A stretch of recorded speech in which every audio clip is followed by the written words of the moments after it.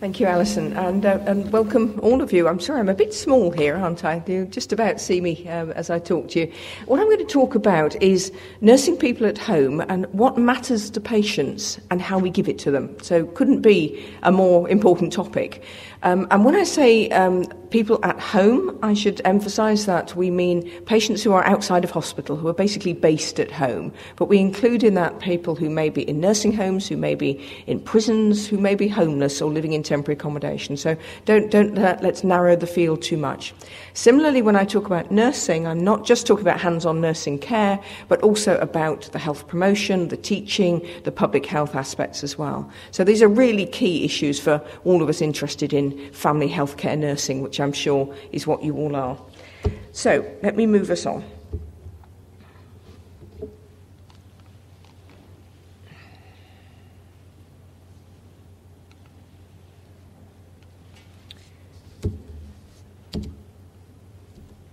There we go. So what matters to patients and how we provide it? The first thing I just want us to think about really is how we think about healthcare, because it makes a huge difference to how we provide it and what we do with it. And I think for most of us growing up in a health system and as nurses and health visitors, we probably always thought of healthcare like this, because this is the way it's been presented. Great big hospitals, really important, big focus. On the right-hand side there, some GPs, doctors and pills and medicine and so on. GPs we know about. Between the two things, a fairly amorphous mass of community services that people don't know much about. And even the people in the hospitals and the people in the GP surgeries don't necessarily know an enormous amount about what those services are, but they know there's a lot of them. But of course, that's how we think about it. When you think about how patients see healthcare, home is much more important. Home is where they spend most of their time. Many people will never go into hospital, or they'll go in on the odd occasion, and actually they're home-based for the rest of their time. The GP is really important to them. The GP is just around the corner. The GP is who they would go to next. And their community services, their view of them, is much more formed and discreet. They understand what the health visitor comes to see them for. They know why they have district nurses. So actually they've probably got a better grip on community services than some other people do. And way in the distance is the hospital and hospital-based care, which for most people is a very, very tiny part of their lives, only happens occasionally, and they don't think about it from one day to the next. But that is really a different view from the view that healthcare planners and healthcare professionals tend to take. So when you think about what happens at home, an enormous amount of stuff happens at home. We treat it nowadays, it is the pharmacy, in many cases the intensive care unit at home these days. We can have people at home on ventilators, people at home having chemotherapy and blood transfusions. It's a very intensive setting for healthcare. It's not just about the odd visit from the district nurse or having leg ulcers as dressed. It's an assessment place, and of course it's where healthcare starts and finishes. So a really, really important place.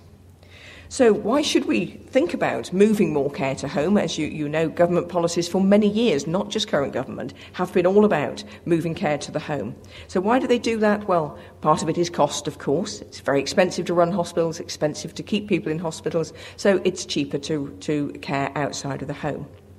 Another is capacity. There just isn't room in the hospitals for the vast number of people who have long-term conditions, who get frail and old, who need that kind of health care. We simply cannot. And the Wanless report several years ago very stringently set out the economic case to say we cannot afford to keep taking people into hospital to deal with their problems. It's unsustainable. So capacity is an issue. So is the fact that a great deal of the demand is from chronic disease. And for chronic disease, you can't keep people in hospital all their lives while you treat their conditions. You need to be treating them where they live. And the fourth C is choice, which is that patients would prefer to be at home. They would like to be in their own environment. And I think that has tipped a great deal in recent years. I think there was a time when many, many patients, particularly older people, saw the hospital as the best place to be, the most expert. That was where clever stuff happened in the hospital. I think that's tipped a bit now because people are anxious about hospital. They worry about getting infections. They worry about falls. They worry about whether they're going to get good care or not. So the hospital is no longer really first choice. If people can stay at home, they want to. Now, interestingly, those four ideas about why care should be based at home, which are the mainstay of this government's policies and the previous government's policies, were actually written by William Rathbone in 1890. His book about the history of district nursing set out these 4 reasons why district nursing was a good idea and why we should start nursing people at home. So what do we do at home? Well, these days we do an amazing amount of things at home. I'm sure you've been involved in things like intravenous therapy. There are places, not everywhere, but there are places where you can have chemotherapy at home. Exacerbations of multiple sclerosis, which used to put people into hospital every time. There are places now where you can have those hydrocortisone and the steroids and so on, all done at home with appropriate monitoring and care. Cardiac and pulmonary rehabilitation, I'm sure you're familiar with, they take place in the home now. And even permanent parenteral feeding for children with quite severe conditions who would once have actually lived their entire little lives in hospital can now actually be at home. Because we have technology, we have support, we have specialist nurses. Ventilation is another key one. I don't know if the name Jamie Merritt means anything to anyone, but he was a gentleman who was injured in a motorbike accident. He was quadriplegic as a result of that, but he lived at home. He was ventilated, and the community nurses came and saw to his ventilator. Now, you may remember the news stories, because a community nurse went into him who accidentally turned off his ventilator. She didn't know how to turn it on again, and she didn't know how to use the resuscitation equipment, and because of that, he is now brain damaged as well.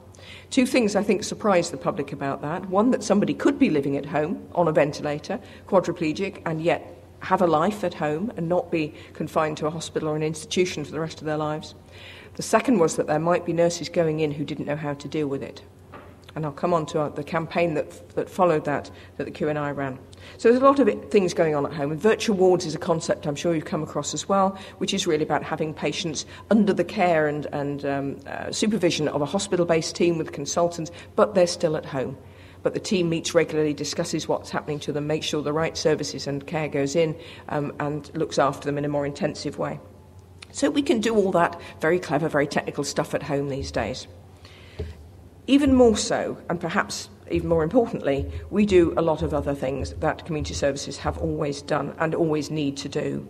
Complex assessments. We need to understand what people need and how it can be supplied.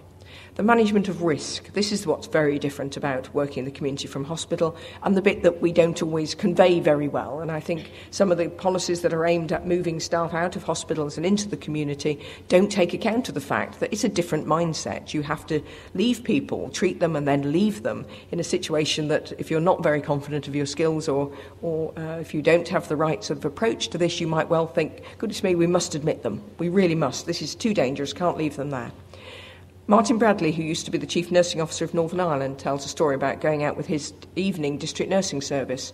I'm being terribly impressed because they arrived very late, just before midnight, at a house where there was an ambulance outside with the doors open, and the GP was inside, and the lady who was the patient was terminally ill, and her symptoms had become overwhelming, and the family had panicked, and they'd called the GP, and the GP had called an ambulance, and she was about to go to hospital. But the district nurse was able to walk into that situation and calm everybody down and give them the confidence and deal with the symptoms and arrange what needed to be done to make that lady comfortable again and to make her family confident that she could be pain-free and comfortable. The ambulance was sent away, the GP was sent away, and the nurse stayed with the patient. And she died in that night. And if they hadn't done that, she would have probably died on a trolley in an A&E department. So that ability to manage risk, to look after the whole family, to cope with the technical side, the symptoms, the difficulties, all of that knowledge, skill and attitude is what you're looking for in the community. That's what risk management's about. Similarly, coordination of services, facilitating self-care for those who can, big role in that, and more, as there's greater demand on the services, we need patients, families, carers to take their part as well. Supporting care is a big part of it as well. In hospital, you might see the individual in a bed as one individual. When you've got them at home, you know that they're part of a family and a network, and carers who may be able to give huge amounts of care, they may be able to give occasional care, they may be not able to help at all, they may need help themselves. So there's a lot of that to do too. Managing information, there's so much information around these days for patients. They can look a lot of things up, they can hear a lot of things, find a lot of information. Excuse me. But managing that, understanding what it means and how it fits in with what other people have told them, that's a big role too. And similarly, the boundaries. That's a huge amount of work for everybody who works in community. The boundaries with social care, the boundaries with education, the boundaries with secondary care, and with the voluntary sector, where there's a growing role for support for people with conditions living at home. So all of that is what care at home comprises. But what we know is that you actually can't describe one model. You can't say this is what community services are like, because it's different everywhere. And it's getting more different everywhere. It's also important to be aware that it isn't necessarily cost-saving. There are some obvious savings of costs if you're not paying overnight costs in a hospital or the cost of going to A&E, but equally you've got to invest, you've got to put skilled people into that, and that does cost. So it's not a simple equation, but there are other factors that weigh towards basing care at home and not basing it in hospitals. We know now in England that community services are run from a lot of different places. They're no longer run from PCTs, they're run from acute trusts or mental health trusts or social enterprises or organisations that are hoping to become community foundation trusts. And that means that it's even more difficult to get a handle on where everybody is, what they're doing, what their services are. Huge amounts of change and development in recent years. And the commissioning of community services, as we all know, has not been very good for many, many years. It's tended to go on the basis of numbers of contacts. And we all remember the Kerner stuff that we were able to lose a lot of, but in many places they still actually count number of contacts. And that doesn't tell you anything about quality of care or whether the right people are actually receiving the right care. So there's work to do on that. The campaign that the Q&I ran was called Right Nurse, Right Skills. And we started that because we'd been talking before about the need for skills in the community, growing amount of skills in the community, and changes to services there. But there wasn't a huge response to that. And what we have seen, in fact, is decreasing skills in the community. The numbers of qualified district nurses are going down. The numbers of healthcare assistants supporting all range of specialists in the community are going up. They've increased by more than 100% in 10 years, while district nurses have decreased by more than 30% in 10 years. There are real challenges around some of the reforms that have taken place. And the Q&I's own focus is on patients and families in the community. We're not here to be apologists for any particular group of nurses or for community nursing generally. The Q&I exists to make sure that people get good care in their own home. So the things we do, we want to make sure that that's the outcome of it. So we decided it was time that we raise the profile of this issue about whether the right nurse with the right skills was available to everybody in their own home. Falling number of community specialists, increasing HCAs, those were some of the issues. Reduction in the education for district nurses. Many areas, you may know, have stopped training any district nurses. Courses, there are ad hoc courses available, there are modular courses available, but in some cases they no longer train any specialists to work in the community. On the nursing, on the hands-on nursing side, clearly there's still training and in fact increasing training for health visitors, which is great, and community children's nurses too. But what we're getting overall is a dilution to the skill mix. And when you look at the figures, you will see overall the number of registered nurses working in the community and registered health visitors has grown, has increased. But what's happened is that they are becoming less and less skilled or less and less experienced people who are working in community. So it's a dilution of skill mix that's the issue. So we produce leaflets and posters. We've been running a survey over the whole of 2011. We launched this in October 2010, and it happened to be the day that the newspapers were full of the story of Jamie Merritt, that we couldn't have had a stronger illustration of the importance of having people with the right skills and the fact that sometimes they aren't there. And it may not be often, but it's disastrous for the patient. It was disastrous for Jamie Merritt that on that day he had a nurse who didn't have the skills to deal with him. And that's what we need to keep in our mind. We've had lots of signatures of support. We've been gathering stories of care and experience. We've analysed workforce trends. And we had a big roundtable meeting with key people in different organisations. And we carried out lots of interviews with patients and carers and organisations. So we wanted to get the fullest possible picture from every source about what was happening. That resulted in this report, Nursing People at Home. It was launched the end of last year. Julie Walters is a supporter of our campaign. She wrote the foreword to the report for us. And Baroness Cumberledge sponsored it at the House of Lords.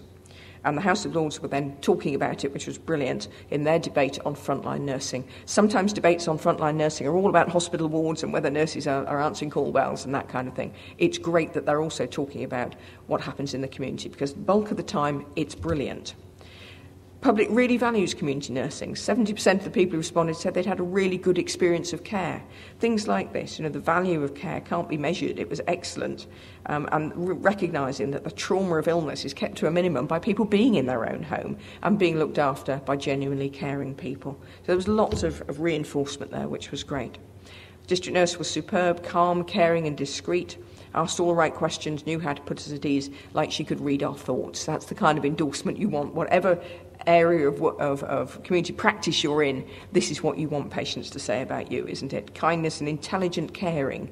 If we could get that right across the profession, hospitals, homes, everywhere else, we'd have cracked it. And look what she did, prescribed, assessed, explained things, and what a difference from the care they had in hospital on that occasion.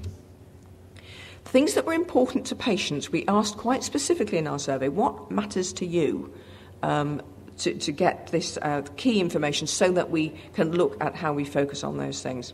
And the ability to assess the unexpected and take action was really high. I thought that was interesting from patients. You might feel that the number one was going to be the being nice to me or being on time or something of that kind. No, they really recognise that they need somebody who can assess the unexpected and do something about it. And this coordination of other people and other care, people at home know, they don't see the boundaries we see. This is healthcare, that's social care. This is a health bath, that's a social bath, They don't see that kind of thing. They realise that what you need is coordination and everything working together. And this important thing, keep me informed, answer questions and offer advice. So talk to me, tell me about it. Keep me in the loop. I'm part of this whole business of caring. The attitudes, of course, were really important too. Caring, kind and compassionate. Well, if only 73% of our patients are asking for that, they're letting us off lightly. We should be caring, kind and compassionate to every single patient. This is interesting. Say they do something and actually follow through and do it. Yes, please, they say, maybe it doesn't always happen. And there was a lot of wishing people weren't so rushed and could take time. And we know there are real pressures on services. But interestingly, we had comments from patients where some said, the same patient, same service, some of the nurses could make me feel they had all the time in the world, and some made me feel they were rushed and they had other places to go. So I don't think it was about how much time they actually had, it was how they made the patient feel about the time they spent with them. Really important. 3 main areas came up that people are looking for. One was competence. They want them to be up to the task. Well, you would, wouldn't you? And Jamie Merritt would have. Good knowledge about what's going on. Understanding the interventions and doing them right. Treatments and procedures. We had a number of stories from patients who talked about bandages being so tight they had to be taken off again, or treatments that didn't work, that weren't just done right. That's the skills issue. We need people who can do it right and can coordinate services and manage ongoing care. And again, this is part of it. This is where we fall down. If we try and divide community nursing into it's a series of tasks. So it's okay to send a healthcare assistant in because they're just doing a bandage. Or we can send somebody in because they can give an injection. They know how to give an injection. But do they know the rest of this? Are they managing the care? Do they have a knowledge of the illness? Can they talk to the patient about what's going on and what their treatment options are? That's where knowledge and skills is a bit higher than just let's do the tasks. And confidence, this was an interesting one. Third big thing that patients wanted in people was confidence. And they used this word poise. They wanted the nurse to speak with authority, to look and act as if they knew what they were doing. Trust that the nurse would be honest with them. And character. Quite a few talked about wanting nurses to be proud of what they did and professional. And conversely, quite a lot of the stories were saying they didn't seem to like the job. They were disinterested. They didn't seem bothered. It was just a job to them. And that's, again, what we don't want to see. And then caring for me as a person. Take time to understand, showing the compassion for everybody. Understand the carer too, and going the extra mile.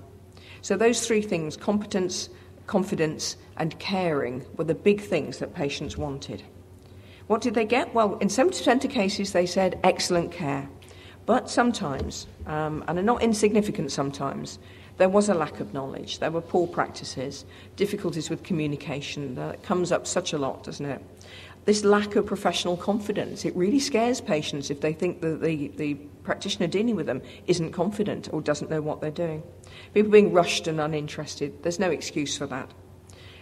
People who don't listen or show little compassion or just perform a task, that's not the route we want to go down. We need to keep things on the excellent side. We need the caring, the compassion, and the things that patients are really looking for to be guaranteed that you get the right nurse with the right skills every time. And maybe one of the biggest surprises to us was that fewer than half of the patients or carers who responded to the survey at all knew whether they had been treated by a registered nurse or a healthcare assistant. They just didn't know. And when you think about it, you can understand that. People have uniforms, they carry the bag, they've got the NHS lanyard around the neck, they've got the identity badge. You know, it's quite difficult. And if that person is also taking your blood or bandaging your leg or doing your wound or carrying out a peg feed, I mean, there's all sorts of things I've seen in healthcare assistant job descriptions. If they're doing all that, wouldn't you think you'd had a nurse? And I bet those patients say to their daughters and sons and friends, the nurse came in today. But they don't actually know whether they've had a nurse or a healthcare assistant. I think there's a big question for us there about whether registered nurse means anything. And if it does, whether we should do something about that.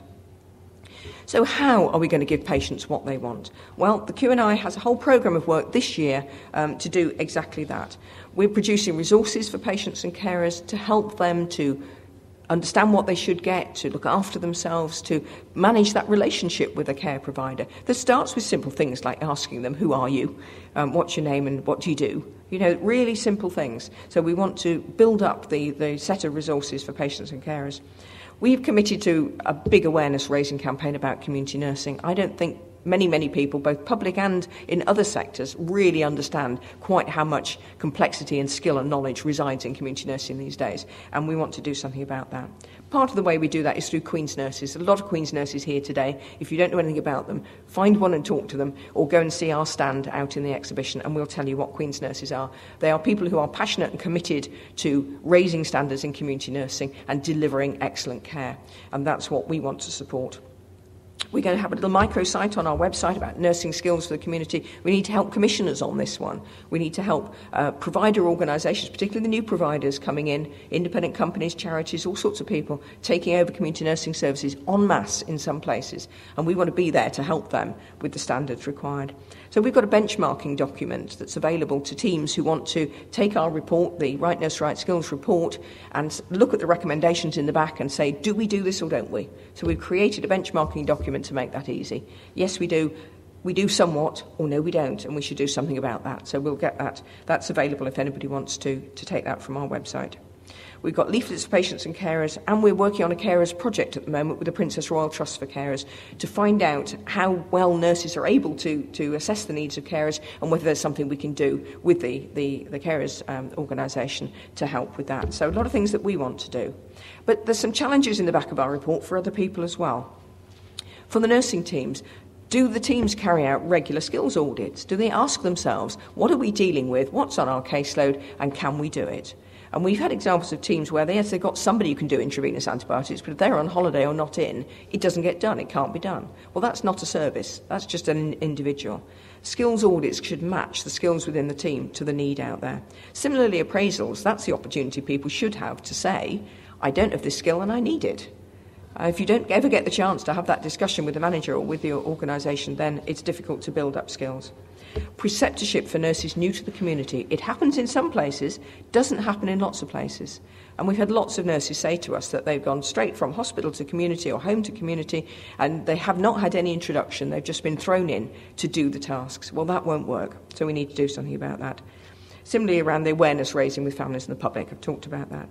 And becoming a Queen's nurse. That's a challenge we'd give to nursing teams as well. Think about that, because there's a lot of free support and help you get if you're a Queen's nurse. That's a good way of developing what we want to get to patients. Employers, we have some challenges for them as well. They need to look at training. They need to look at skills matching with the patient. And they need to understand the patient's experience. Take note of what we found out, to look again at what's going on locally. Employers are in a much better position to find out from local people how their particular service runs. Ours was very random, all over the country. But for any employer locally, ought to be saying, what's the feedback? What are we getting? And is there something we need to do? Preceptorship, again, ought to lie with the employers. We'll be pushing on it, but only employers can deliver that. And there's a challenge there to think about. Would it be worth publishing the qualifications of people? Would it be an advantage to a provider organisation to say all our team leaders are? Or we make sure that we never have less than this ratio of specialist in the community to other colleagues. There's some real challenges to think about it. Similarly, going another level to commissioners. We need to be talking to them about the pressure they put on providers. It's the commissioners who hold the ring on this. The commissioners who should be saying, we will only commission your service from you as a provider if you have training and development in place, if you've got preceptorship for your nurses, if you can tell us that you've got the right skills to match what you're doing, because the commissioners are held accountable by the local population. And if care is poor, it's the commissioners who are going to be held to account for that. So, in summary, we know what patients want. They've told us, and it isn't a big surprise. There were some interesting things in there, but they want people to be competent, they want them to be confident, and they want them to be caring. And they want them to be able to do the basics of community nursing, the assessments, the coordination, answering questions, understanding what they're doing. That's what they want. But the workforce trends have been taking us in a different direction. They've been taking us towards fewer specialists, more inexperienced people, and many more unregistered colleagues who have a great place in the team, but they should not be weighed down with the need to actually replace registered nurses in the work that they do. And we need to reverse those trends to avoid what we've called recently the potential for a creeping tragedy. It won't be a big sudden thing like possibly the Stafford sort of hospital, but it will be happening behind closed doors and we won't know about it, but there'll be more and more Jamie Merritts and more older people who don't get that publicity, who suffer in a way that they shouldn't do.